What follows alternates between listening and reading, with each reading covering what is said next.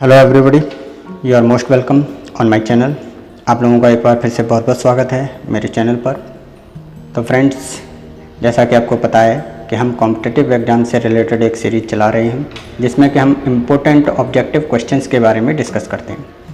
लेकिन फ्रेंड्स, आज से मैं एक नया पार्ट स्टार्ट कर रहा हूँ जिसमें कि कॉम्पिटिटिव एग्ज़ाम से रिलेटेड लेक्चर्स को भी मैं इसमें लूँगा। तो लेक्चर्स में हर बार एक नए टॉपिक को लेकर के आएंगे जो कि आपके कॉम्पिटिटिव एग्ज़ाम से रिलेटेड है और जिनसे कि आपकी काफ़ी हेल्प हो सकती है। तो फ्रेंड्स, आज हम लेकर के आए हैं 5 year programmes of India, 5 year plans जो हमारे भारत के अंदर चलते हैं उनके बारे में सारी इन्फॉर्मेशन ब्रीफ में होगी, पर आपके कॉम्पिटिटिव एग्ज़ाम्स के लिए काफ़ी ही इम्पोर्टेंट होगी, आपके लिए काफ़ी हेल्पफुल होगी। तो इस वीडियो को शुरू से लास्ट तक जरूर देखिएगा। वीडियो को स्टार्ट करने से पहले आप मेरे चैनल को सब्सक्राइब जरूर करें ताकि आपको उसके नोटिफिकेशंस मिलते रहें और आप वीडियोज़ के लाभ ले सकें। वीडियो को लाइक ज़रूर करें। कमेंट बॉक्स में हमें कमेंट करके ज़रूर बताएं कि आपको वीडियो कैसा लगा। यदि आपका कोई सुझाव या सजेशन है तो वो भी आप हमें कमेंट बॉक्स में दे सकते हैं। वीडियो को अधिक से अधिक शेयर जरूर करें ताकि जो और भी स्टूडेंट्स कॉम्पिटिटिव एग्ज़ाम्स की तैयारी कर रहे हैं, प्रिपरेशन कर रहे हैं, वो भी इसका लाभ ले सकें। तो आइए स्टार्ट करते हैं हम आज के टॉपिक को। धन्यवाद। आइए स्टार्ट करते हैं हम आज का टॉपिक। आज का टॉपिक है 5 year plan in India. 5 year plan के बारे में आज हम जानेंगे। इंट्रोडक्शन देख लेते हैं 5 ईयर प्लान्स का। पंचवर्षीय जो योजनाएं हैं उनका परिचय के बारे में जान लेते हैं। परिचय की अगर हम बात करें तो the 5 year plan in India is framed, executed and monitored by the planning commission of India which is headed by the prime minister. So Bharat में जो पंचवर्षीय योजना है वो योजना आयोग के द्वारा बनाई गई है, निष्पादित की जाती है और निगरानी रखी जाती है। मतलब जो प्लानिंग कमीशन है, प्लानिंग कमीशन के द्वारा 5 ईयर प्लान्स को क्या करा जाता है, फ्रेम किया गया है, बनाया गया है, एक्सिक्यूट किया जाता है, निष्पादित किया जाता है, उसके अंदर काम किए जाते हैं एंड मॉनिटर्ड, यानी उसका हम एवेल्यूएशन जो करते हैं, मॉनिटर करते हैं, निगरानी जो करते हैं, वो प्लानिंग कमीशन के द्वारा उसकी निगरानी की जाती है। And which is headed by the prime minister, जो कि जिसकी अध्यक्षता कौन करता है, प्राइम मिनिस्टर, यानी हमारे जो प्रधानमंत्री जी हैं वो प्लानिंग कमीशन के कौन है, हेड, यानी कि अध्यक्ष हैं। और प्लानिंग कमीशन के द्वारा क्या है, 5 ईयर प्लान्स इंडिया में बनाए जाते हैं, निष्पादित करे जाते हैं, एक्सिक्यूट करे जाते हैं और मॉनिटर भी करे जाते हैं। आगे बात कर लेते हैं। Currently a glimpse of the 5 year plans of our country along with the respective objectives in each plan is as under। मतलब प्रत्येक योजना से संबंधित उद्देश्यों के साथ हमारे देश की जो पंचवर्षीय योजनाएं हैं उनकी एक झलक हम यहाँ पे पेश कर रहे हैं, वो आगे हम स्टार्ट करेंगे। फर्स्ट 5 ईयर प्लान की अगर हम बात कर लें कि जो फर्स्ट 5 ईयर प्लान है वो कब स्टार्ट हुआ था, तो 1951 to 56 यानी 1951 में स्टार्ट हुआ, जो कि 1956 तक चला था। इसके अंदर देख लेते हैं क्या क्या चीज़ें थी। The first 5 year plan was presented by Jawaharlal Nehru in 1951। मतलब जो 1951 में पहली बार क्या हुआ, फर्स्ट 5 ईयर प्लान को प्रेजेंट किया गया, किसके द्वारा, by Jawaharlal Nehru which is the prime minister of India. उस समय के प्रधानमंत्री कौन थे, जवाहरलाल नेहरू थे, जिन्होंने पंचवर्षीय योजना को इंट्रोड्यूस किया, प्रस्तुत किया, प्रेजेंट किया था। The first 5 year plan was initiated at the end of the turmoil of partition of the country. It gave importance to agriculture, irrigation and power projects to decrease the country's reliance on food grains imports, resolve the food crisis and ease the raw material problem, especially in jute and cotton. Nearly 45% of resources were designated for agriculture while industry got a modest 4.9%। अगर हम इसके बारे में बात कर लें तो पहली जो पंचवर्षीय योजना थी देश के विभाजन के उथल पुथल के अंत में शुरू की गई थी। यानी देश में 1947 में क्या हुआ था, विभाजन हुआ था, हमारा देश आज़ाद हुआ और आज़ाद होने के बाद क्या हुआ कि देयर इज 2 पार्ट, 2 पार्ट में डिवाइड हो गया। और 2 पार्ट कौन कौन से थे, one is India and second one is Pakistan. अब विभाजन का जो क्राइसिस हुआ था उस क्राइसिस से क्या था, उथल पुथल मची हुई थी। 1948 में युद्ध भी लड़ा गया पाकिस्तान के साथ में और इसके बाद में हम अपने आप को स्टेबल कर रहे थे, मतलब उथल पुथल ही थी, हम स्टेबल नहीं हो पाए थे। लेकिन उसी के बीच में क्या हुआ कि 5 ईयर प्लान को इनिशिएट करा गया, उसको स्टार्ट किया गया। इसके बाद में क्या है, इसमें क्या हुआ कि इसमें agriculture, irrigation and power projects को स्टार्ट किया गया, मतलब कृषि को महत्व दिया गया।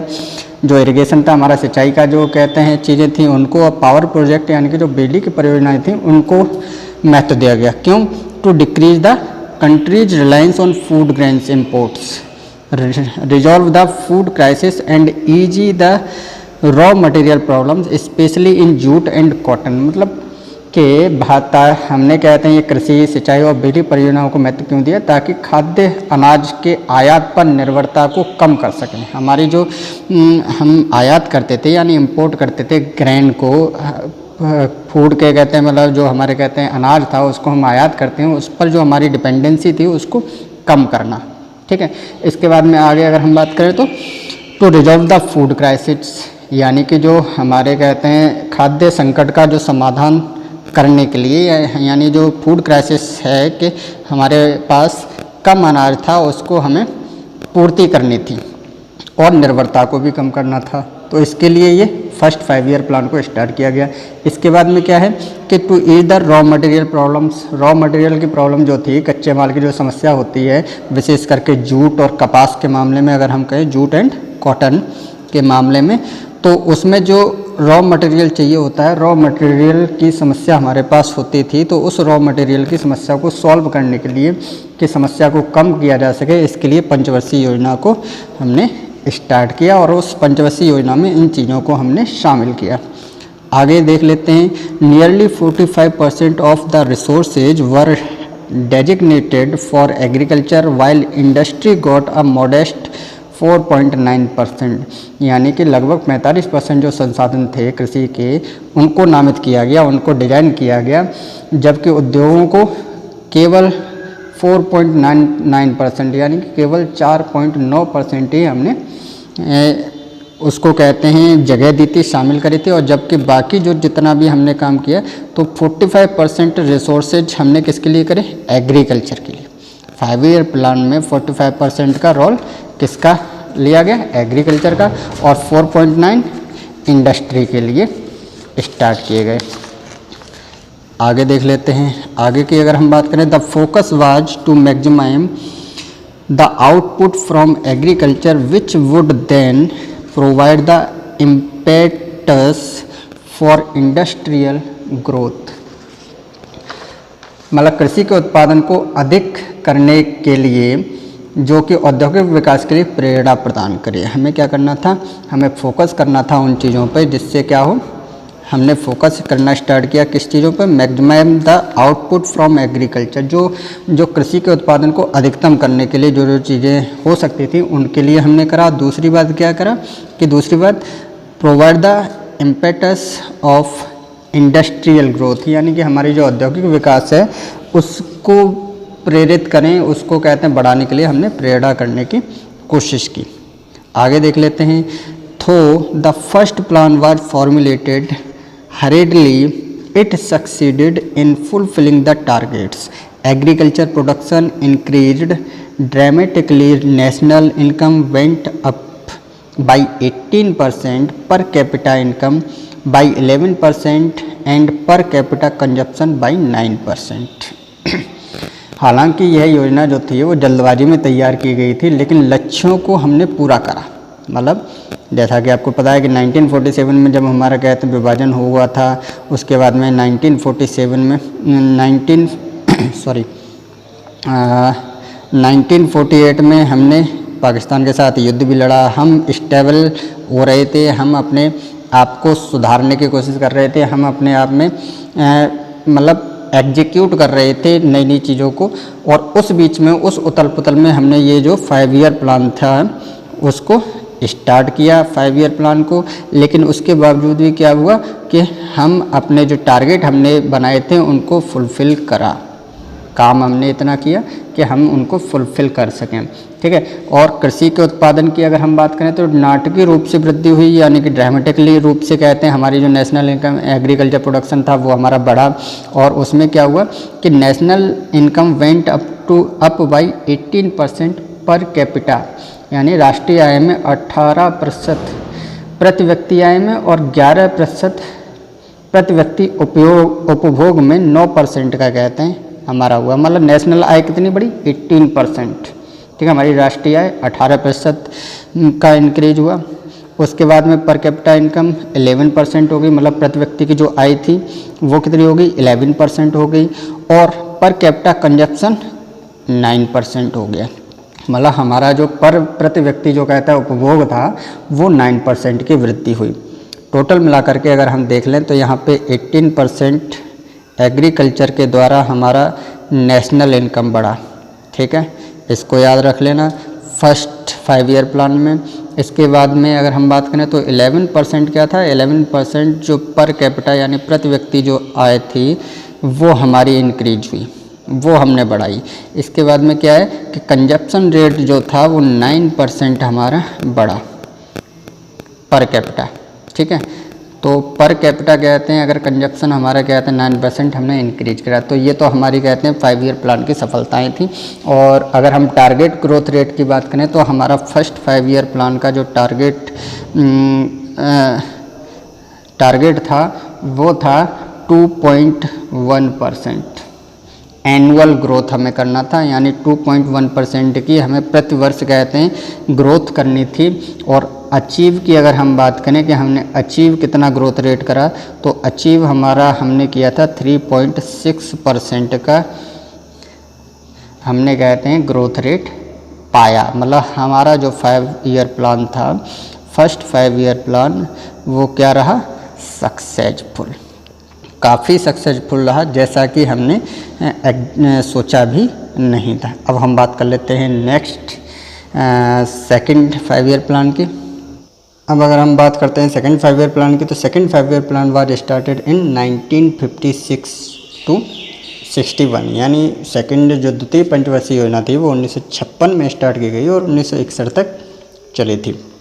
इसके बारे में देख लेते हैं। The second 5 year plan was initiated in a climate of economic prosperity, industry gained in prominence, यानी हमने जो सेकंड 5 ईयर प्लान बनाया था उसमें हमने क्या करा? इकोनॉमिक जो प्रॉस्पेरिटी है यानी आर्थिक समृद्धि है उसके ज़्यादा कहते हैं हमने फोकस करा उसके ऊपर। और उसके लिए क्या करा कि हमने इंडस्ट्री के ऊपर ज़्यादा प्रोमिनेंस यानी ज़्यादा प्रमुखता दी हमने इंडस्ट्री को।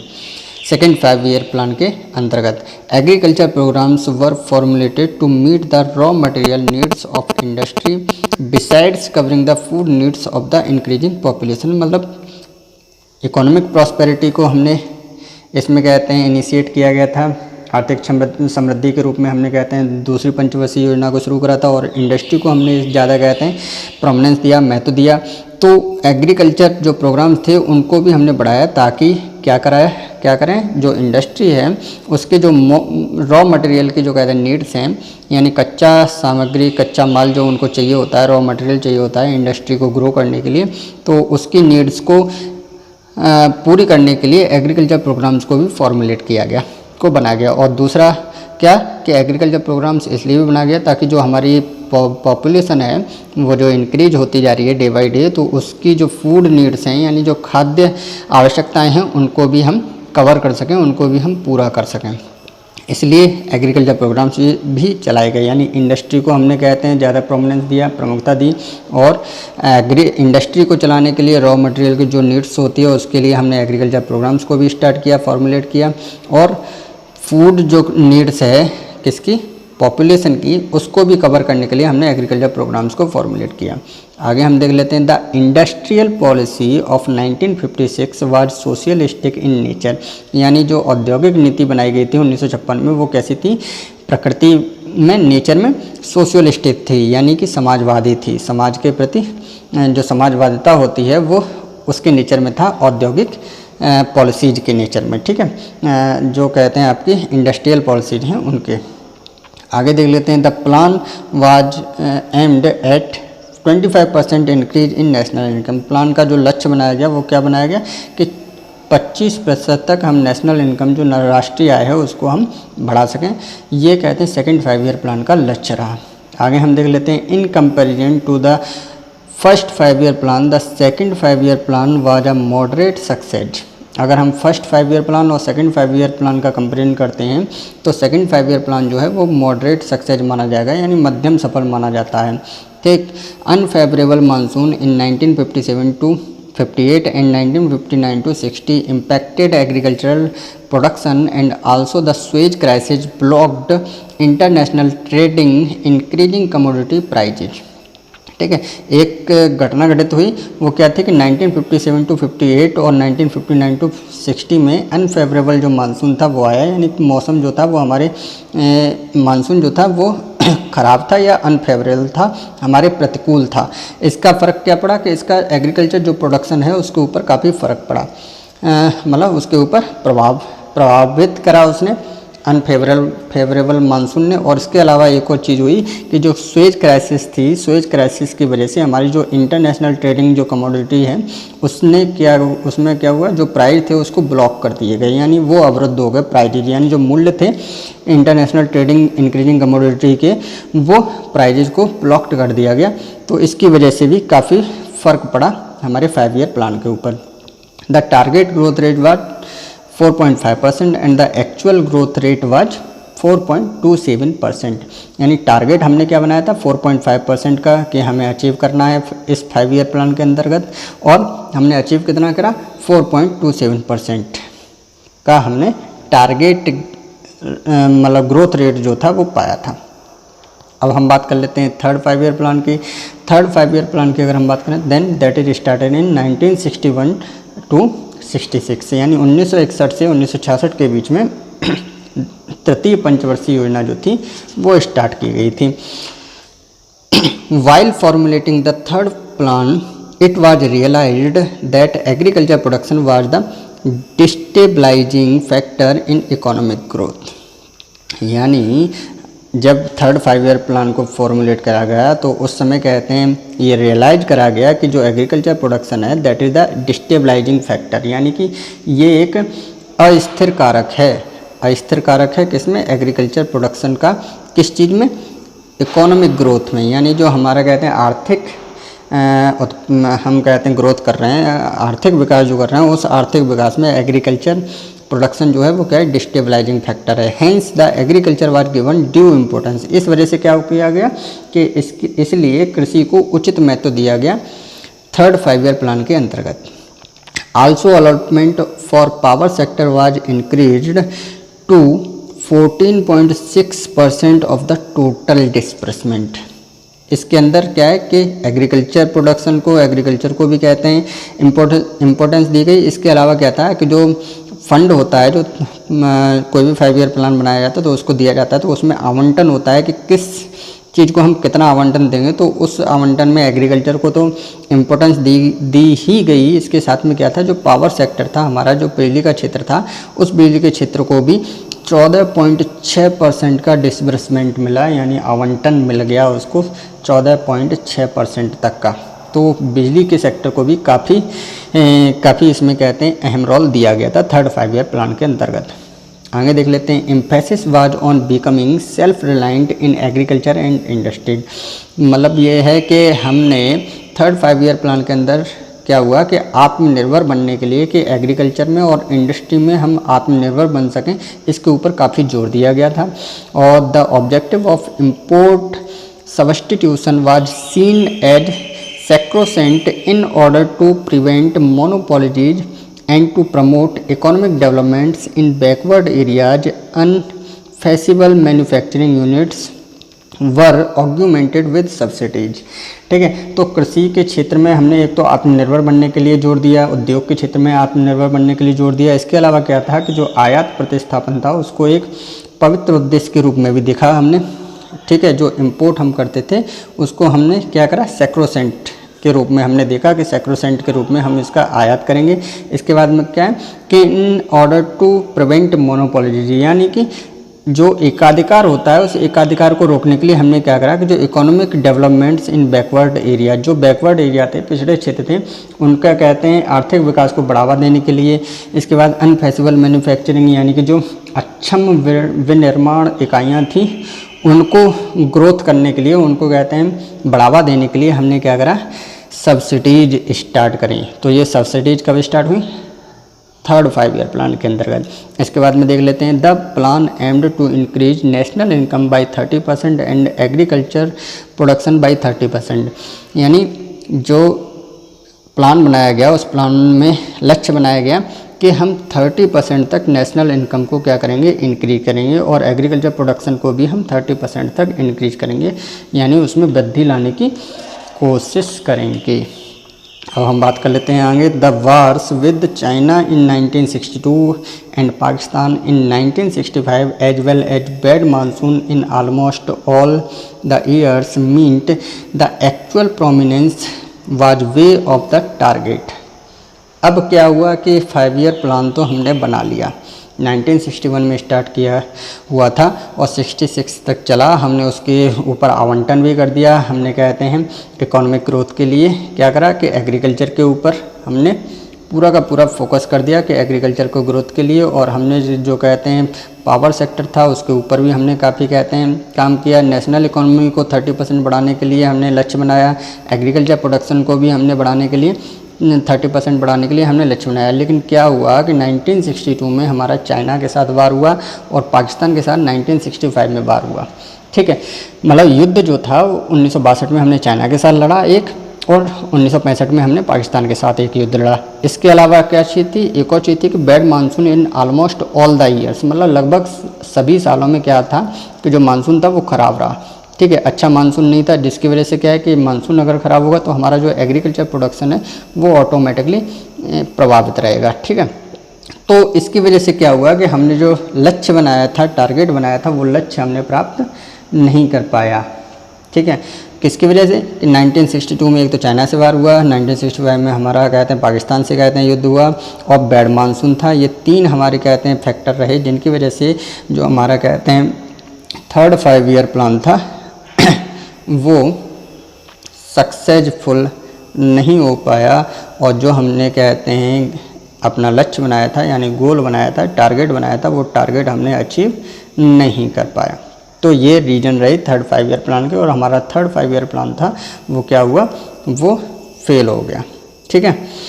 The target growth rate was 5.6% but the actual growth rate was 2.4%। अब हम अगर टारगेट ग्रोथ रेट की बात कर लें तो थर्ड 5 ईयर प्लान में हमने टारगेट बनाया था 5.6% ग्रोथ रेट का, लेकिन हमने अचीव कितना कर पाया, 2.4% की ही ग्रोथ रेट जो थी वो हमने पा पाई, ठीक है।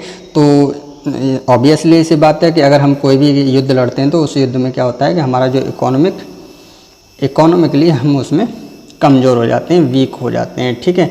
हमारे जो इंडियन इकोनॉमी थी वो वीक हो गई कॉज ऑफ द वार, ठीक है। युद्ध की वजह से हमने युद्ध के ऊपर ज़्यादा फोकस कर दिया और हमने प्लान के ऊपर, प्रोग्राम के ऊपर फोकस नहीं कर पाया, ठीक है।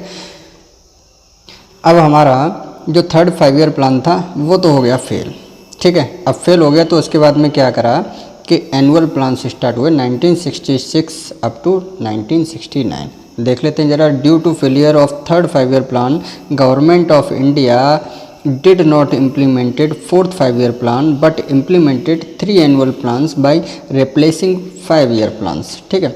तो अब हमारा जो थर्ड 5 ईयर प्लान था वो फेल हो गया था। इस वजह से क्या हुआ कि गवर्नमेंट ऑफ इंडिया ने फोर्थ 5 ईयर प्लान को इम्प्लीमेंट ना करके क्या करा कि 3 एनुअल प्लान्स को इम्प्लीमेंट कर दिया, रिप्लेस कर दिया फोर्थ 5 ईयर प्लान की जगह पर, ठीक है। तो 5 ईयर प्लान के बजाय हमने क्या करा कि वार्षिक जो योजनाएं थी उनको स्टार्ट कर दिया, एनुअल प्लान्स को हमने स्टार्ट कर दिया। एनुअल प्लान्स को हम एक और नाम से जानते हैं, वो है प्लान हॉलीडे, ठीक है। प्लान हॉलीडे के नाम से भी हम एनुअल प्लान्स को जानते हैं, और एग्जाम में कभी कभी प्लान हॉलीडे भी लिखा हुआ आ जाता है, इसको याद रखना। The period April 1, 1966 to March 31, March 31st 1969 known as plan holiday in Indian planning period, यानी हमारी जो प्लानिंग कहते हैं, हमारा जो योजना आयोग है, योजना आयोग की योजना नियोजन जो है, भारतीय नियोजन अवधि जो है, उसमें कहते हैं प्लान हॉलीडे के रूप में, यानी कि आपका जो कार्यक्रम अवकाश है उस कार्यक्रम अवकाश के रूप में हम इसको जानते हैं। ठीक है, तो ये 3 5 ईयर प्लान थे, 3 एनुअल प्लान्स थे। तो इसमें 3 थे 1966 से लेकर के 67 तक फर्स्ट एनुअल प्लान था, फिर 1967 से लेकर के 68 तक सेकंड एनुअल प्लान था, और 1968 से लेकर के 69 तक हमारा थर्ड एनुअल प्लान था। तो ये 3 एनुअल प्लान्स यहाँ पे चलाए गए थे। ऑब्जेक्टिव को हम देख लेते हैं। The main objective of annual plans are, number 1 is to remove the strains in the economy arising from many unforeseen events during the third plan. ठीक है, तो तीसरी पंचवर्षीय जो योजना थी उसके अंतर्गत क्या हुआ था, बहुत सी अप्रत्याशित घटनाएं घटित हुई थी। अप्रत्याशित क्या कि 2 तो हमने कहते हैं वार लड़े, यानी 2 हमने कहते हैं युद्ध लड़े, एक चाइना के साथ, एक पाकिस्तान के साथ। दूसरा क्या था कि बैड मानसून था। ठीक है, तो बैड मानसून की वजह से हमारा कहते हैं काफ़ी लॉस हुआ। तो काफ़ी कहते हैं जो अप्रत्याशित घटनाएं घटी थी उसकी वजह से क्या था कि इकोनॉमी जो थी हमारी गड़बड़ हो गई थी। तो उस इकोनॉमी को दूर करने के लिए हमने एनुअल प्लान्स को स्टार्ट किया। तो फर्स्ट तो ये हो गया। सेकंड की अगर हम बात करें, to secure a feasible growth rate without generating inflationary pressure in the economy, यानी हमारी जो मुद्रास्फीति थी उसके दबाव को बिना पैदा किए, उसका बिना दबाव बनाए हमें क्या करना था, हमें अपनी जो अर्थव्यवस्था थी उसमें सुधार करना था, उसको सुरक्षित करना था, उसको सेफ करना था, सिक्योर करना था। ठीक है, तो हमें क्या करना था, अपनी इकोनॉमी को सिक्योर करना था बिना जो कहते हैं इन्फ्लेशनरी प्रेशर जो है उसको बढ़ाए हुए, बिना जनरेट करे हुए। ठीक है, तो सेकंड तो ये हो गया। थर्ड की अगर हम बात करें, to have fuller utilization of the infrastructure already created during previous plan periods, यानी हमने थर्ड 5 ईयर प्लान के दौरान जो कहते हैं इंफ्रास्ट्रक्चर ऑलरेडी हमने क्रिएट करा हुआ था, बनाया हुआ था जो इंफ्रास्ट्रक्चर, उस इंफ्रास्ट्रक्चर को, यानी जो ढांचा हमने बनाया होता, बुनियादी ढांचा, उसको हम फुली यूटिलाइज कर सकें, यानी हम उसका यूज कर सकें, पूरे तरीके से उपयोग कर सकें। इसलिए भी एनुअल प्रोग्राम्स को हमने स्टार्ट किया। तो ये 3 हमारे कहते हैं ऑब्जेक्ट हो गए जिनकी वजह से हमने एनुअल प्रोग्राम्स को स्टार्ट किया था। Annual plans given more importance to irrigation and agriculture sector and to control inflation increasing agricultural production, यानी वार्षिक योजनाओं ने क्या करा, में क्या किया गया कि जो इरिगेशन था उसको और एग्रीकल्चर सेक्टर को ज़्यादा इम्पोर्टेंस दी गई। क्यों? ताकि जो मुद्रास्फीति है, इन्फ्लेशन जो इंक्रीजिंग है, उसको कंट्रोल करा जा सके एग्रीकल्चर प्रोडक्शन के माध्यम से, यानी कृषि उत्पादन को बढ़ाने वाली जो मुद्रास्फीति है उसको नियंत्रित हम कर सकें। ठीक है, तो वार्षिक योजनाओं में किस पे जोर दिया गया था, इरिगेशन के ऊपर और एग्रीकल्चर सेक्टर के ऊपर। क्या है कि 4th 5 ईयर प्लान स्टार्ट हुआ 1969 to 74, यानी 1969 से लेकर के 1974 के बीच में हमारा चतुर्थ पंचवर्षीय जो योजना थी वो स्टार्ट की गई थी।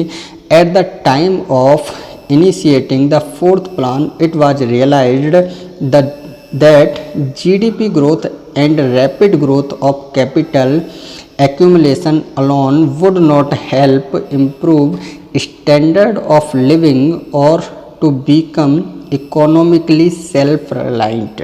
ठीक है, अब चौथी पंचवर्षीय योजना जब स्टार्ट की गई तो उसमें ये कहते हैं महसूस करा गया, रियलाइज करा गया कि जो GDP की ग्रोथ है और जो हम रैपिडली ग्रोथ कैपिटल एक्यूमुलेशन कर रहे हैं अकेले, यानी पूंजी का संचय कर रहे हैं तेज़ी से, उससे क्या है कि हमारा जो स्टैंडर्ड ऑफ लिविंग है वो इम्प्रूव नहीं हो पा रहा, उसमें सुधार नहीं हो रहा है, और आर्थिक रूप से हमें क्या है कि सेल्फ रिलायंट भी नहीं हो पा रहे हैं हम, आर्थिक रूप से हम आत्मनिर्भर भी बनने में हमको मदद नहीं मिल रही है। ठीक है, केवल हम GDP के ऊपर ही हम क्या है फोकस करे हुए हैं और रैपिड ग्रोथ के ऊपर कहते हैं कि पूंजी का संचय करें, लेकिन इससे क्या है कि हमारा जो लिविंग स्टैंडर्ड है that is not increasing and the economically self reliant we are not becoming.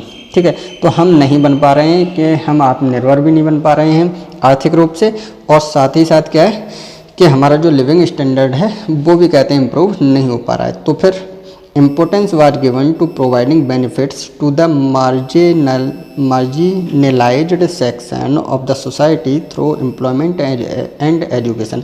यानी 4th 5 ईयर प्लान के अंदर हमने एम्प्लॉयमेंट यानी रोज़गार हमें उपलब्ध कराएं और एजुकेशन उपलब्ध कराएं, ताकि जो मार्जिनलाइज्ड सेक्टर है, यानी कि जो कहते हैं एक समाज के हाशिए वाला हिस्सा है, उनको भी हम क्या करें, उनको हम लाभ दे सकें, उनको प्रोवाइड कराया जाए। तो इसमें इम्पोर्टेंस दी गई इस चीज़ को कि जो कहते हैं हमारे मध्यम वर्गीय जो कहते हैं लोग हैं, उन मध्यम वर्गीय लोगों को हम क्या करें, एम्प्लॉयमेंट सुनिश्चित कराएं और एजुकेशन सुनिश्चित कराएं। तो ये 4th 5 ईयर प्लान के अंदर इन चीज़ों को कहते हैं प्रमुखता दी गई। आगे देख लेते हैं। Disbursement to agricultural sector was increase to 23.3%। ठीक है। और इस प्लान के अंतर्गत क्या करा गया कि 23.3% तक का डिसबर्समेंट दिया गया, यानी संवितरण को बढ़ाया गया 23.3% तक, किसमें, एग्रीकल्चर सेक्टर के संवितरण को। ठीक है। यानी जो कृषि क्षेत्र था उसको हमने 23.3% तक का इंक्रीज कर दिया। हम जो आवंटन देते थे, जो फंड पहले देते थे, उससे 23.3% को हमने और बढ़ा दिया। इसके अलावा क्या है कि family planning program was given a big stimulus, यानी हमने जो कहते हैं फैमिली प्लानिंग यानी कार्यक्रम नियोजन, वो आपका परिवार नियोजन जो कार्यक्रम था, उसको इसमें एक बिग स्टिमुलस के रूप में, यानी कि एक प्रेरणा के रूप में कहते हैं बढ़ावा दिया गया। इसके बाद क्या है कि the achievements of the 4th 5 year plan, the achievements of the 4th plan were below targets. Agriculture growth was just 2.8% and green revolution did not perform as expected. Industry to grow at 3.9%। ठीक है। अब अगर हम चौथी पंचवर्षीय योजना की उपलब्धियां जो थी वो नीचे रह गई। ठीक है। हमारा जो 4th 5 ईयर प्लान में हमने जो कहते हैं अचीवमेंट्स, हमने टारगेट बनाए थे, वो हमने टारगेट नहीं पा पाए और वो कम थे हमारे टारगेट। और इसके अलावा क्या था कि जो ग्रीन रेवोल्यूशन चलाया गया था, वो ग्रीन रेवोल्यूशन ने उतना परफॉर्म नहीं करा है, मतलब जैसी अपेक्षा की गई थी, एक्सपेक्ट किया गया था कि ये प्रदर्शन करेंगे, परफॉर्म करेंगे ग्रीन रेवोल्यूशन, और उससे हमारा एग्रीकल्चर प्रोडक्शन जो है वो बढ़ेगा, वो नहीं बढ़ पाया। ठीक है। और इसलिए क्या हुआ कि जो एग्रीकल्चर की ग्रोथ थी वो 2.8% ही हो पाई केवल। ठीक है। और जो इंडस्ट्री की ग्रो की अगर हम बात करें तो इंडस्ट्री भी 3.9% ही उन्होंने ग्रो किया, यानी उन्होंने वृद्धि कितनी करी, 3.9% वृद्धि करी। और जो एग्रीकल्चर सेक्टर था उसने 2.8% की कहते हैं वृद्धि करी। तो इस वजह से क्या था कि हमारा जो प्लान था वो टारगेट हमने जो बनाए थे वो टारगेट हमने अचीव नहीं कर पाए, और जो हमारा कहते हैं टारगेट जो हमने अचीव किया था वो काफ़ी नीचे था। The target growth rate was 5.6% but the actual growth rate was 3.3%। हमने जो टारगेट बनाया था वो 5.6% की ग्रोथ का बनाया था, परंतु हमने क्या हुआ कि हमने अचीव कितना करा, 3.3% तक का ही टारगेट हमने पा पाया, यानी अचीव कर पाया। तो ये तो रहा आपका 4th 5 ईयर प्लान। अब अगर हम बात कर लें 5th 5 ईयर प्लान की, तो 5th 5 ईयर प्लान 1974 में स्टार्ट किया गया और 1979 तक चला था। ठीक है। 1974 से 1979 के बीच में 5th 5 ईयर प्लान को चलाया गया था। और इसमें एक चीज़ और कि KVK की अगर हम बात करें तो KVK कब स्टार्ट हुआ था, 1974 में ही स्टार्ट किया गया था सबसे पहला KVK। तो क्वेश्चन कभी कभी एग्जाम में ये भी आ जाता है कि किस 5 ईयर प्लान में KVK को स्टार्ट किया गया, तो आप यहाँ पे आंसर दे सकते हैं 5th 5 ईयर प्लान के अंतर्गत KVK को स्टार्ट किया गया था। ठीक है। तो ये तो एग्जाम में क्वेश्चन आ सकता है, कभी कभी घुमा के पूछ लेते हैं। 5th 5 ईयर प्लान की हम बात कर लेते हैं। As a result of inflationary pressure faced during the 4th plan, the 5th plan focused on checking inflation. ठीक है। तो चौथी योजना जो थी उसमें क्या था, मुद्रास्फीति का जो दबाव था, इन्फ्लेशन प्रेशर जो था वो काफ़ी था, उसको देखते हुए क्या करा गया कि 5वीं योजना में मुद्रास्फीति जो थी, इन्फ्लेशन को चेक करने पर फोकस ज़्यादा दिया गया फिफ्थ 5 ईयर प्लान में, कि हमारी जो मुद्रास्फीति है, इन्फ्लेशन जो है, उसको हमने फोकस में रखा फिफ्थ 5 ईयर प्लान के अंतर्गत। और several new economic and non economic variables such as nutritional requirements, health, family planning etcetera were incorporated in the planning process. ठीक है, अब प्लानिंग प्रोसेस में क्या क्या करा गया कि कई जो नई आर्थिक कहते हैं और गैर आर्थिक जो वेरिएबल्स थे, यानी जो चर थे, उनको कहते हैं फोकस में लेकर के आए इस प्रोग्राम के अंतर्गत, इस प्लान के अंतर्गत। वो क्या कहते हैं, जैसे कि हमारे न्यूट्रिशनल रिक्वायरमेंट थी, यानी पोषण से संबंधित जो आवश्यकताएं हैं, वो हेल्थ है, हमारा स्वास्थ्य, फैमिली प्लानिंग है, यानी कि हमारा जो परिवार नियोजन है, उसको भी हमने क्या करा कि फिफ्थ 5 ईयर प्लान के अंतर्गत क्या करा, शामिल कर लिया। ठीक है, investment mix was also formulated based on demand estimated for final domestic consumption, यानी अंतिम घरेलू खपत के लिए हमने अनुमानित मांग के आधार पर निवेश मिश्रण भी तैयार करा, यानी इन्वेस्टमेंट मिक्सचर भी हमने फॉर्मुलेट तैयार करा, जिससे कि क्या कर सकें, हमारी जो डोमेस्टिक कंजप्शन है हम उसको भी इस प्लान के अंतर्गत ऐड कर सकें। इस प्लान के अंदर हमने ऐड करा है डोमेस्टिक कंजप्शन को भी। अब हम बात कर लेते हैं फिफ्थ आगे, industry got the highest allocation of 24.3% and the plan forecasted a growth rate of 5.5% in national income, यानी कि सबसे ज़्यादा उद्योगों को आवंटन मिला था फिफ्थ 5 ईयर प्लान में 24.3% का। और राष्ट्रीय जो आय थी, यानी नेशनल जो इनकम है, उसको हमने बढ़ाने के लिए अनुमान लगाया था कि 5.5% तक हम बढ़ा सकते हैं अगर हम 24.3% अलोकेशन दे रहे हैं इंडस्ट्री को तो। ठीक है, तो ये रहा आपका। इसके बाद में हम देख लेते हैं the fifth plan was discontinued by the new Janata government in the 4th year itself. अब क्या हुआ कि हमने इतनी सारी चीज़ें करी और 1974 से आपका जो प्रोग्राम था वो 1974 से 79 के लिए स्टार्ट किया गया था, परंतु क्या हुआ कि उस समय कांग्रेस की गवर्नमेंट थी और कांग्रेस की गवर्नमेंट गिर गई और उसके बाद में किसकी गवर्नमेंट बनी, जनता गवर्नमेंट बनी। और जनता गवर्नमेंट ने क्या करा कि इस प्लान को टर्मिनेट कर दिया 1974 से 78, यानी 78 में जो हमारा ये फिफ्थ 5 ईयर प्लान था उसको टर्मिनेट कर दिया और 78 में ही ख़त्म कर दिया। ठीक है, तो ये प्लान 4 ईयर का ही चला। ठीक है, इसको याद रखना कि ये एक इकलौता ऐसा कहते हैं प्लान है जो 5 साल ना चल के 4 साल ही चला था। ठीक है, the target growth rate was 4.4% and the actual growth rate was 4.8%, यानी कि जो हमने टारगेट बनाया था वो 4.4% हमने बनाया था और हमने अचीव कितना करा, 4.8% का टारगेट हमने अचीव कर लिया। हालांकि ये हमारा सक्सेसफुल ही रहा ये प्लान, लेकिन जो जनता गवर्नमेंट थी, जनता गवर्नमेंट के थ्रू कौन बना था, प्राइम मिनिस्टर मोरारजी देसाई की गवर्नमेंट बनी थी। और मोरारजी देसाई की जो गवर्नमेंट थी उसने क्या करा कि 78 में इस प्रोग्राम को, इस प्लान को एंड कर दिया, ख़त्म कर दिया। ठीक है, ये याद रखना ज़रा। आगे हम बात कर लेते हैं तो एनुअल प्लान 1978 टू 1980। अब क्या हुआ कि जो फिफ्थ 5 ईयर प्लान था वो फिफ्थ 5 ईयर प्लान तो जनता गवर्नमेंट के द्वारा क्या करा गया, उसको ख़त्म कर दिया गया 1978 में। और उन्होंने क्या करा कि उन्होंने फिर आगे एक और 5 ईयर प्लान बनाया और उस 5 ईयर प्लान को उन्होंने 1978 से 83 तक के लिए बनाया। ठीक है, अब 5 ईयर प्लान उन्होंने बनाना था तो देख लेते हैं ज़रा इसके बारे में थोड़ा सा हिस्ट्री, बाद में हम बात करते हैं।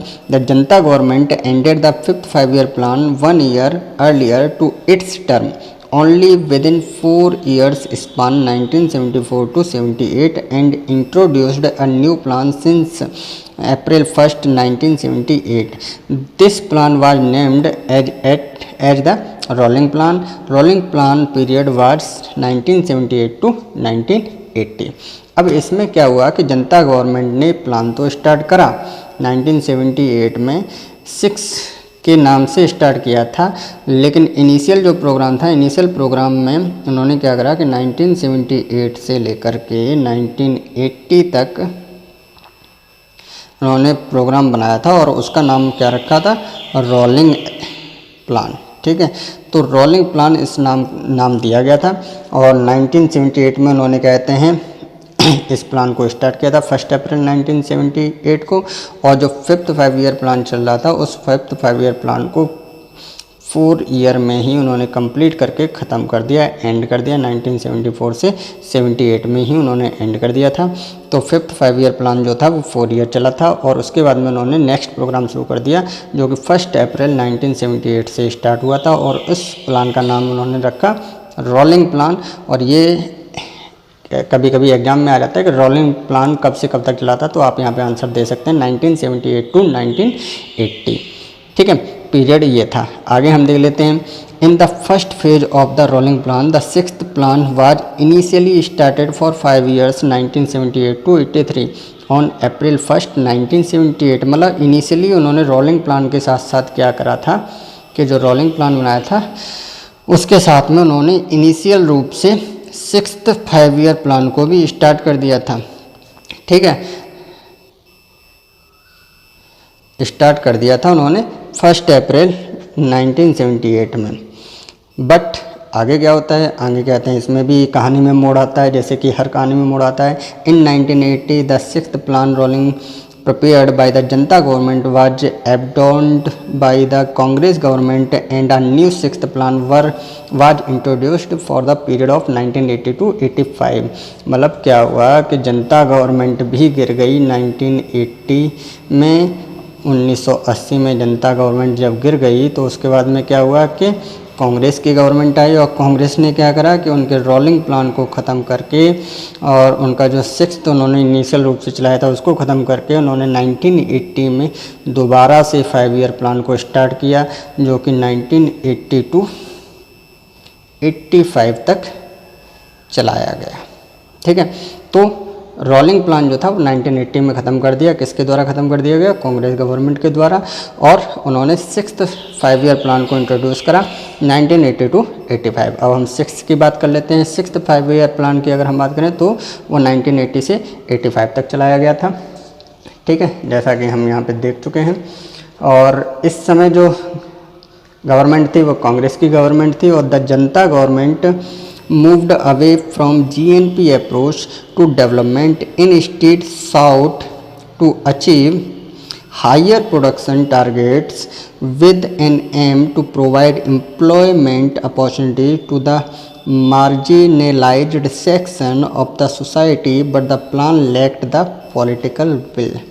अब क्या हुआ कि जनता सरकार ने क्या करा था कि जीएनपी के दृष्टिकोण से विकास की ओर अग्रसर हुई थी, लेकिन उन्होंने क्या करा कि समान अवसर नहीं दिए। जो कहते हैं एक आपका मार्जिनलाइज्ड जो सेक्शन था सोसाइटी का, जो कहते हैं एक हाशिए के तबके के जो लोग थे उनको रोज़गार के जो अवसर प्रदान करने चाहिए थे वो उन्होंने स्टार्ट करा था इसके अंदर काम कि उनको रोज़गार के अवसर प्रदान किए जाएं। लेकिन प्लान में क्या था? Lack of political will. उसमें राजनीतिक इच्छा शक्ति थी, उसमें कमी पाई गई थी जनता गवर्नमेंट के द्वारा जो जीएनपी अप्रोच दी गई थी उसमें। ठीक है, तो उन्होंने विकास की ओर काम तो अच्छा किया था लेकिन राजनीतिक इच्छा शक्ति की कमी के कारण वो काम सफल नहीं हो पाया। तो आगे देख लेते हैं। The Congress government on taking office in 1980 formulated a new plan with a strategy to lay equal focus on infrastructure and agriculture। 1980 में जब कांग्रेस सरकार ने क्या करा कि बुनियादी जो ढांचा था और जो कृषि था उस पर समान ध्यान देने की रणनीति के साथ में क्या करा कि एक नई योजना को तैयार करा। ठीक है, उन्होंने क्या करा? न्यू प्लान उन्होंने फॉर्मुलेट करा 1980 में और उसमें क्या करा उन्होंने? Equal focus on infrastructure and agriculture.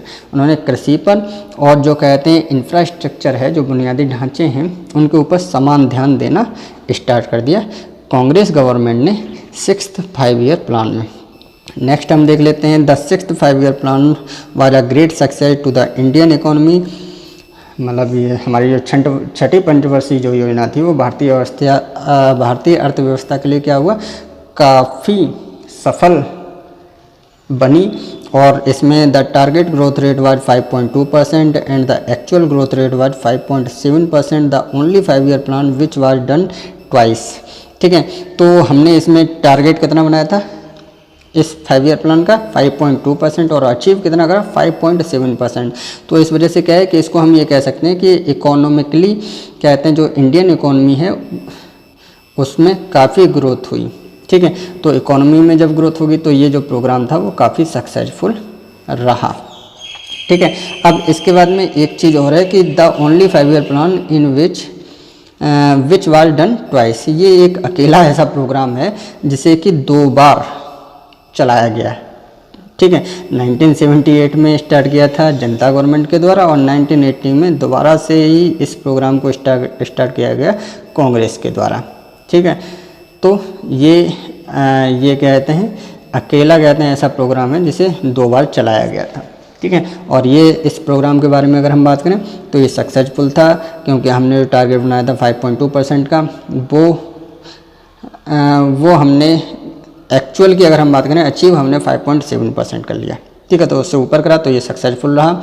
और इसमें क्या करा गया कि कांग्रेस की गवर्नमेंट ने क्या करा कि इंफ्रास्ट्रक्चर और एग्रीकल्चर के ऊपर इक्वल फोकस दिया, यानी समान फोकस दिया गया, जैसा कि अभी तक किसी भी प्रोग्राम में किसी भी प्लान में नहीं दिया गया था। तो ये हमारा 6th 5 ईयर प्लान था।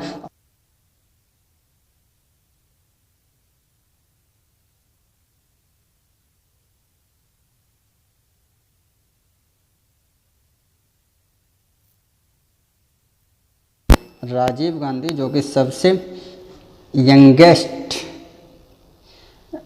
प्राइम मिनिस्टर के रूप में जाने जाते हैं, तो राजीव गांधी जी प्राइम मिनिस्टर थे 7th 5 ईयर प्लान के समय पर। देख लेते हैं इसमें the first 3 years of the 7th plan saw severe drought conditions despite which the food grains production rose by 3.2%. Special programs like Jawahar Rozgar Yojana were introduced.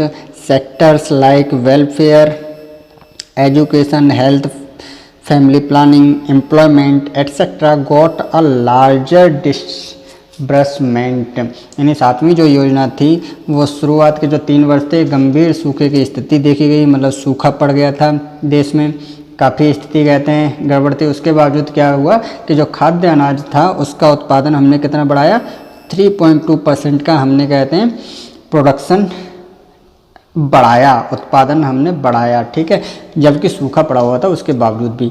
और इसके बाद में क्या हुआ कि एक स्पेशल प्रोग्राम लाइक जवाहर रोजगार योजना जो थी वो इंट्रोड्यूस करी गई थी। 7वीं जो कहते हैं प्लानिंग कमीशन 5 ईयर प्लान था उसके अंदर।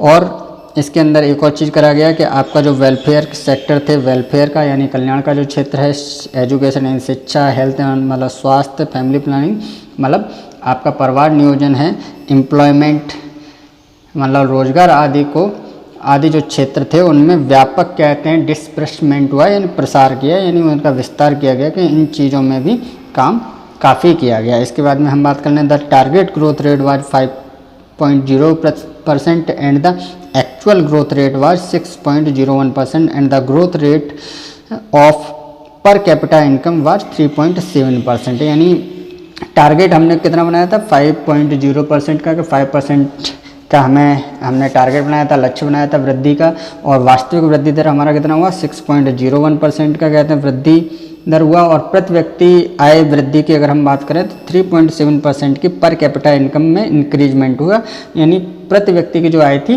वो 3.7% बढ़ गई 7th 5 ईयर प्लान में। नेक्स्ट की हम बात कर लें, नेक्स्ट आपका एनुअल प्लान था 1992 यानी 1990 से 1992 के बीच में एनुअल प्रोग्राम चला था, वार्षिक प्रोग्राम चला था, प्लान हॉलीडे था। The period was of political instability, hence no 5 year plan was implemented during the period, only annual plans were made for the period between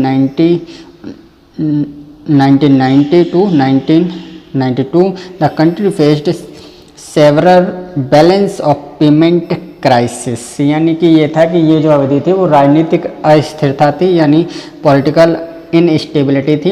इस वजह से इस दौरान कोई भी 5 ईयर प्लान को इम्प्लीमेंट नहीं किया गया, स्टार्ट नहीं किया गया, और केवल जो एनुअल प्रोग्राम थे यानी वार्षिक योजना थी उसको स्टार्ट किया गया। और देश का क्या था, गंभीर संकट का सामना करना पड़ रहा था देश को भुगतान के मामले यानी पेमेंट क्राइसिस के मामले में। तो इस वजह से कोई भी प्रोग्राम 1990 से 1992 के बीच में पंचवर्षीय योजना नहीं चली थी, और ये एनुअल प्लान था, प्लान हॉलिडे के रूप में इसको जाना जाता है। आगे हम बात कर लेते हैं 8th 5 ईयर प्लान की। अगर हम बात करें तो the 8th plan was initiated just after a several balance of payment crisis which was intensified by the gulf war in 1990, यानी 8वीं योजना को भुगतान संकट के गंभीर संतुलन के ठीक बाद शुरू किया गया। मतलब जो संकट आया था पेमेंट क्राइसिस का आया था, वो उसके जस्ट बाद ही उसको स्टार्ट किया गया। और 1990 में खाड़ी युद्ध था, इसकी वजह से ये संकट आया था। कौन सा आपका पेमेंट क्राइसिस किस वजह से आई थी, जो गल्फ वार हुई थी 1990 में, उसकी वजह से। Several structural modification policies were brought into put the country on a path of high growth rate, यानी कि देश को उच्च विकास दर की राह पर लाने के लिए कई संरचनात्मक जो कहते हैं आपका स्ट्रक्चरल मॉडिफिकेशन थे, यानी कि संरचनात्मक संशोधन नीतियाँ लाई गई। ठीक है, और संशोधन नीतियाँ लाने से क्या हुआ, they were devaluation of rupees, dismantling of licence per prerequisite and decrease trade barriers.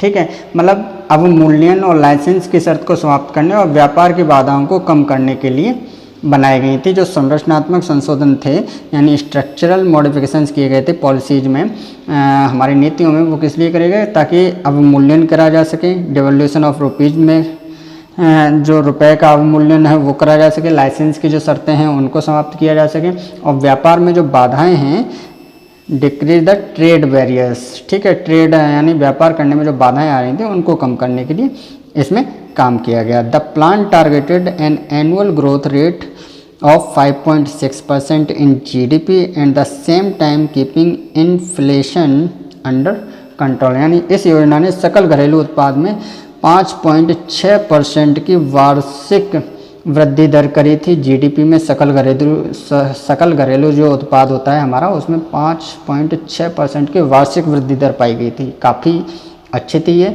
और उस समय मुद्रास्फीति को नियंत्रण रखने का लक्ष्य रखा गया था, यानी हमने मुद्रास्फीति जो है, इन्फ्लेशन जो है, उसको अंडर कंट्रोल में रखने का हमने कहते हैं लक्ष्य रखा था, टारगेट बनाया था। The target growth rate was 5.6% and the actual growth rate was 6.8%। हमने जो टारगेट बनाया था वो कितना था, 5.6% था, और एक्चुअल ग्रोथ रेट कितनी मिली, 6.8% की एक्चुअल ग्रोथ रेट थी, यानी वास्तविक विकास दर 8th 5 ईयर प्लान में हमने पाई। अब हम बात करते हैं 9th 5 ईयर प्लान की। तो 9th 5 ईयर प्लान 1997 टू 2002 यानी 2002 तक, 1997 से 2002 के बीच में 9वीं पंचवर्षीय योजना चली थी। इसके बारे में देख लेते हैं। इस समय अगर हम प्राइम मिनिस्टर की बात करें तो अटल बिहारी वाजपेयी जो थे वो प्राइम मिनिस्टर थे हमारे। ठीक है, अटल बिहारी वाजपेयी प्राइम मिनिस्टर थे हमारे, और 9वीं पंचवर्षीय योजना चली थी। और 9वीं पंचवर्षीय योजना कब चली थी, 50 ईयर्स ऑफ इंडिपेंडेंस। ठीक है, मतलब 50 साल बाद, जो इंडिपेंडेंस के 50 साल बाद हमने ये 9वीं पंचवर्षीय योजना प्रारंभ की थी। ठीक है, ये बड़ा क्वेश्चन है, बड़ी चीज़ें हैं, इसको थोड़ा सा आपको ध्यान में रखना है कि 50 साल बाद आपका 9वीं पंचवर्षीय योजना स्टार्ट हुई थी, और अटल बिहारी वाजपेयी जो थे वो हमारे प्राइम मिनिस्टर थे। अब हम देख लेते हैं। It was observed in the 8th plan that even though the economy performed well, the gains did not percolate to the weaker section of the society.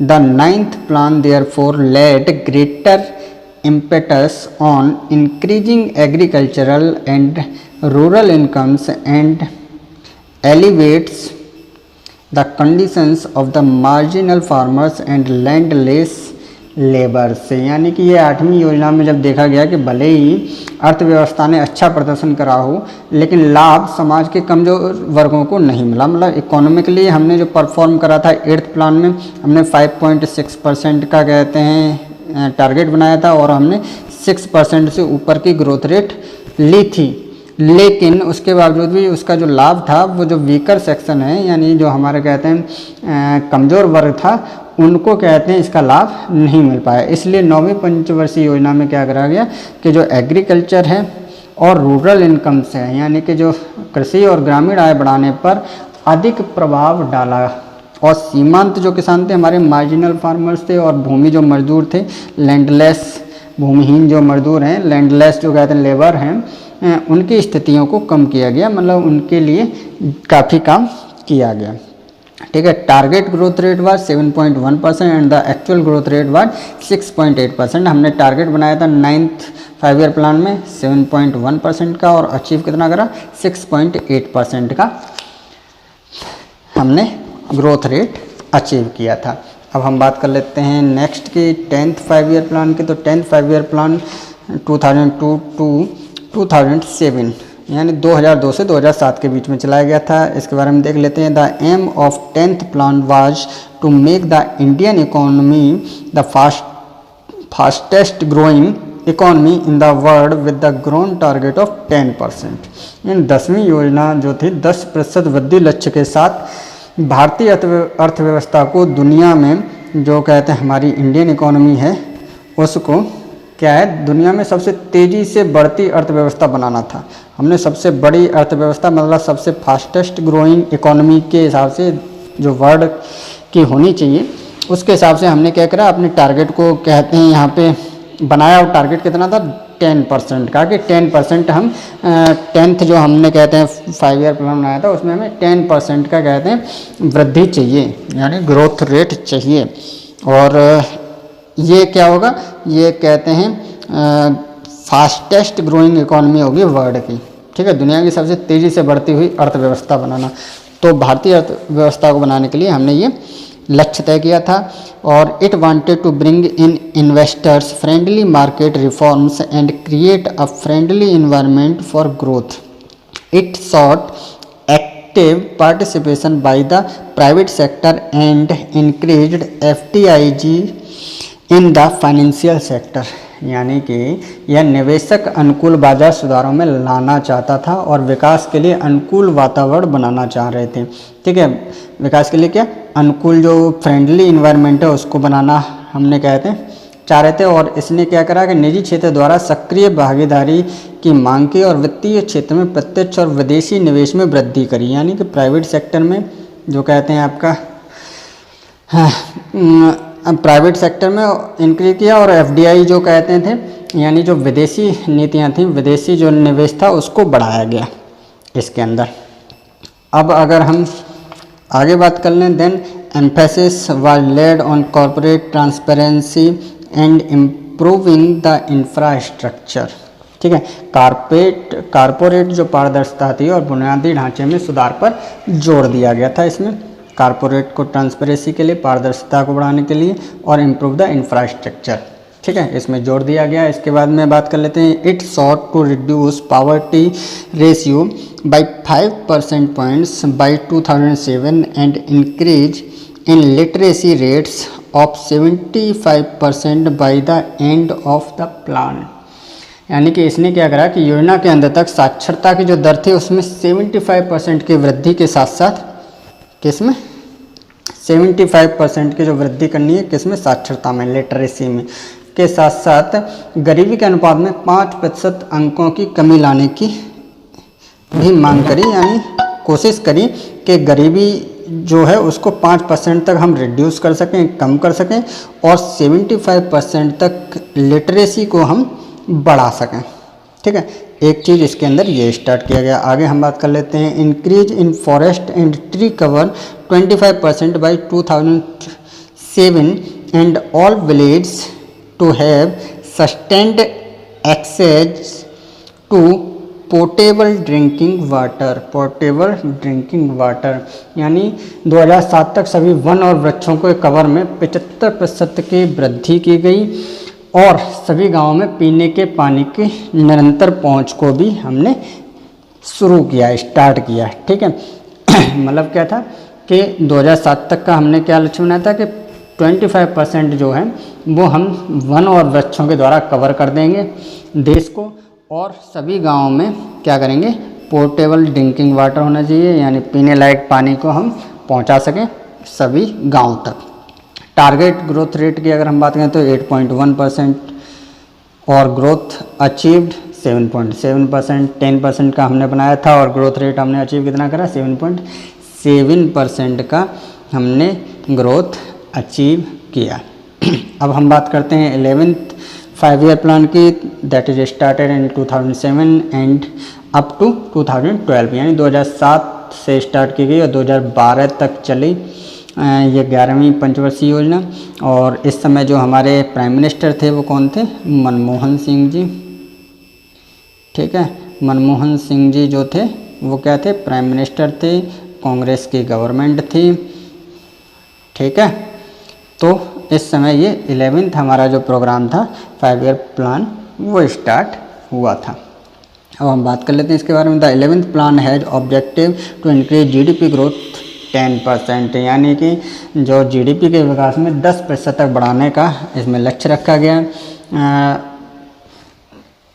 11th 5-year plan में 11वीं पंचवर्षीय योजना में आगे देख लेते हैं। Increase agricultural GDP growth to 4% per year to ensure a wider spread of benefits, create 70 million new work opportunities, augment minimum standards of education in primary school, यानी लाभ के व्यापक प्रसार को सुनिश्चित करने के लिए कृषि सकल घरेलू उत्पाद की वृद्धि को प्रतिवर्ष कितना करा गया, 4% तक बढ़ाया गया और 70 मिलियन, ठीक है, 70 मिलियन नए काम के अवसर बनाए गए, यानी नए काम की जो अपॉर्चुनिटीज थी वो कहते हैं बढ़ाई गई। और 4% तक का हमने क्या करा, सकल घरेलू उत्पाद की वृद्धि को प्रतिवर्ष तक बढ़ाने का हमने इसमें लक्ष्य रखा। आगे क्या है कि आपका जो प्राथमिक विद्यालय है उसमें शिक्षा का न्यूनतम मानक भी तय करा गया, augment minimum standards of education in primary school. Primary school में क्या करा हमने कि न्यूनतम मानक कहते हैं हमने बनाए प्राथमिक विद्यालय के लिए। आगे बात कर लेते हैं।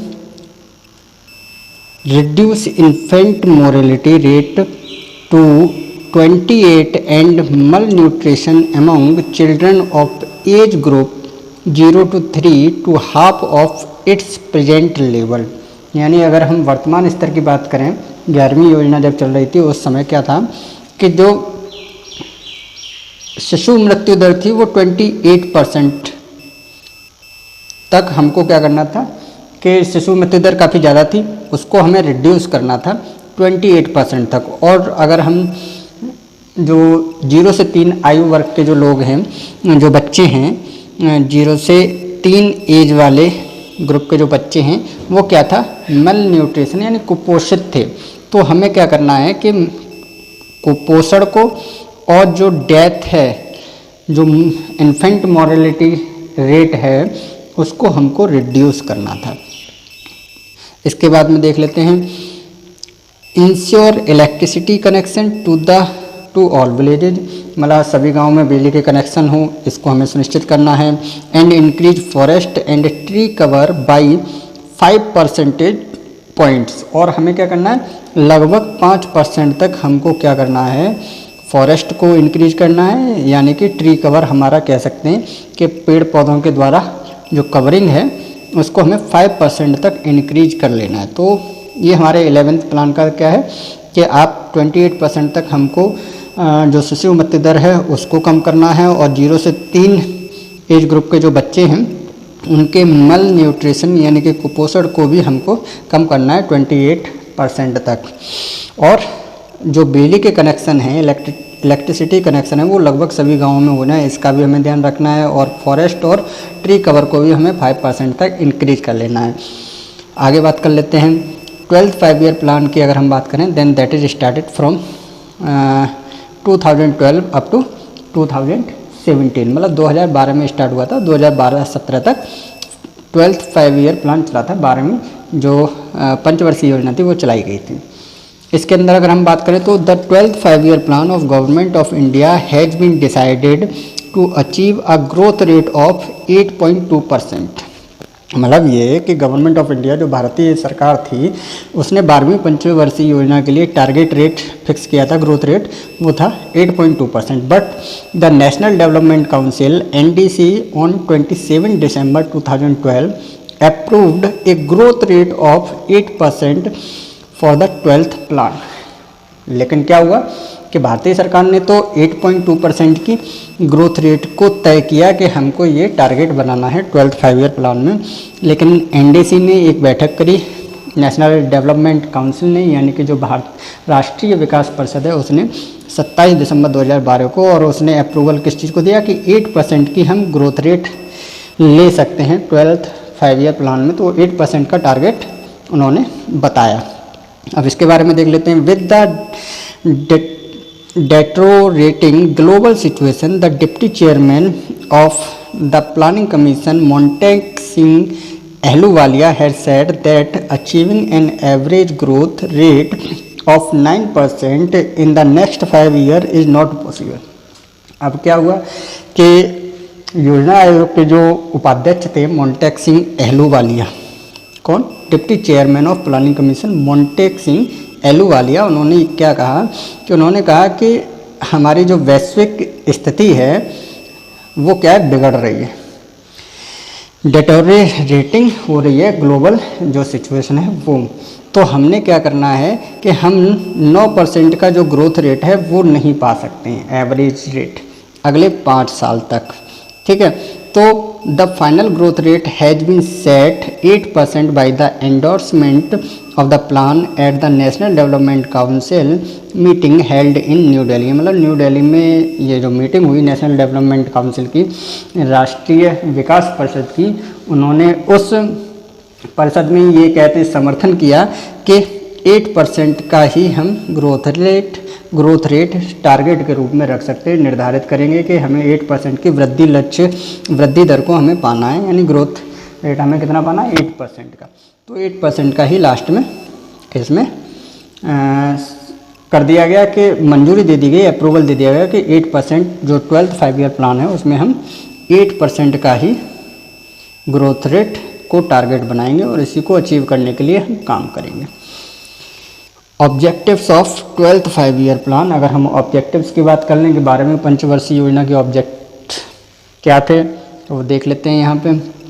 फर्स्ट क्या है कि the objectives of 12th 5 year plan were to create 50 million new work opportunities of the non farm sector, यानी जो गैर कृषि क्षेत्र हैं, जो नॉन फार्म सेक्टर्स हैं, जो जिनमें खेती नहीं की जाती है, उसमें 50 मिलियन हमको क्या करना है, 50 मिलियन न्यू वर्क अपॉर्चुनिटीज़ हमको पैदा करनी है, क्रिएट करनी है, ठीक है। तो 12th में क्या था, सबसे पहला ऑब्जेक्टिव कि 50 मिलियन न्यू वर्क अपॉर्चुनिटीज़, जो नई कहते हैं काम हैं, उसके अवसर हमको पैदा करने हैं, किसमें, जो गैर कृषि क्षेत्र हैं उनमें।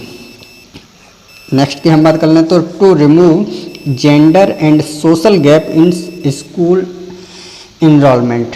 अब क्या करना है कि जो स्कूल में इनरोलमेंट होते हैं, स्कूल में जो नामांकन होते हैं, उसमें हमें जो जेंडर और सोशल गैप है, यानी लिंग का जो अंतर होता है और जो सामाजिक अंतर होता है उसको दूर करना है। लिंग का मतलब आपका बॉयज़ और गर्ल्स जो है उसका जो अनुपात है उसमें जो डिफरेंस रहता है उस डिफरेंस को हमें क्या करना है, रिमूव करना है, रिड्यूस करना है। इसके बाद में क्या है कि सोशल गैप है, सोशल गैप में आपकी जो कहते हैं जैसे कि रिलीजन हो गया, कास्ट हो गया, तो ये जो चीज़ें हैं अनटचेबिलिटी वाली चीज़ें, तो ये जो सोशल गैप होता है वो ना पाया जाए स्कूल के अंदर, जो कहते हैं स्कूल में नामांकन किया गया है तो उसके आधार पर ना हो, तो इन चीज़ों को हमें इसमें रिमूव करना है। नेक्स्ट की हम बात करें to enhance access to higher education, मतलब उच्च शिक्षा तक हमें क्या है पहुंच को बढ़ाना है। नेक्स्ट की हम बात कर लें टू रिड्यूस मल nutrition among children aged 0 to 3 years. ठीक है, तो इसमें भी हम किसकी बात करेंगे कि जो कुपोषण है, मल न्यूट्रिशन है, कुपोषित जो 0 से 3 एज के जो बच्चे हैं उनमें कुपोषण को हमें क्या करना है, कम करना है।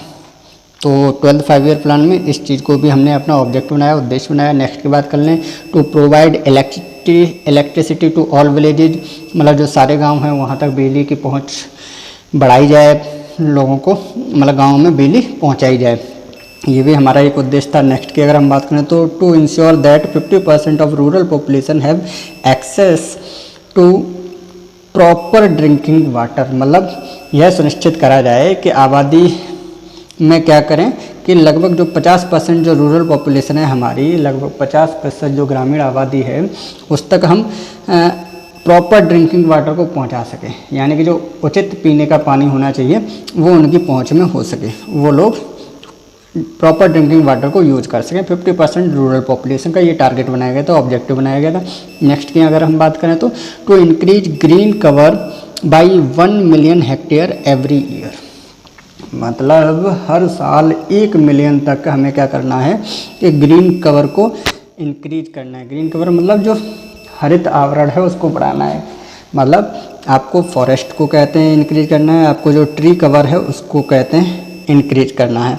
तो लगभग 1 मिलियन हेक्टेयर पर ईयर का इसमें हमने टारगेट फिक्स करा था। हर साल हमको लगभग 1 मिलियन हेक्टेयर में हरित आवरण में बढ़ा देना है।